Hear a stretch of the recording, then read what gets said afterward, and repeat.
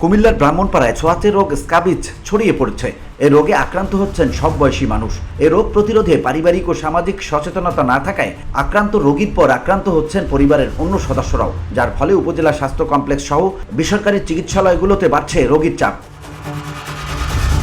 তবে ছোঁয়াচে এই রোগের সংক্রমণে আতঙ্কিত না হয়ে রেজিস্টার্ড চিকিৎসকের শরণাপন্ন হওয়ার পরামর্শ দিচ্ছেন চিকিৎসকরা। সঠিক চিকিৎসা ও সচেতনতায় এ রোগ থেকে আরোগ্য পাওয়া যায়। তবে এই রোগের চিকিৎসা না নিয়ে অবহেলা করলে কিডনির জটিলতায় পড়ার সম্ভাবনার কথা বলছেন চিকিৎসকরা।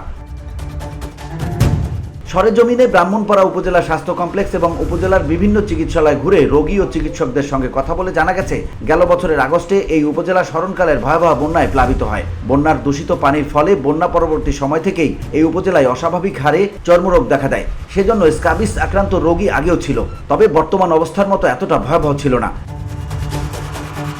গ্রীষ্মের শুরু থেকেই এই রোগে আক্রান্ত রোগীর সংখ্যা ক্রমাগত বাড়ছে। স্ক্যাবিজ বা খোসপাচড়া জাতীয় ছোঁয়াচে রোগ প্রতিরোধ সম্পর্কে সাধারণ মানুষের মধ্যে সচেতনতার অভাবেই এটি ভয়াবহ পর্যায়ে পৌঁছেছে বলে মনে করছেন অনেকেই।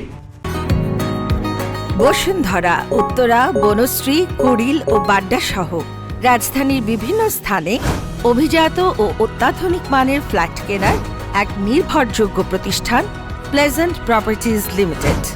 তাই আপনার স্বপ্নের আবাসনের জন্য আজই যোগাযোগ করুন।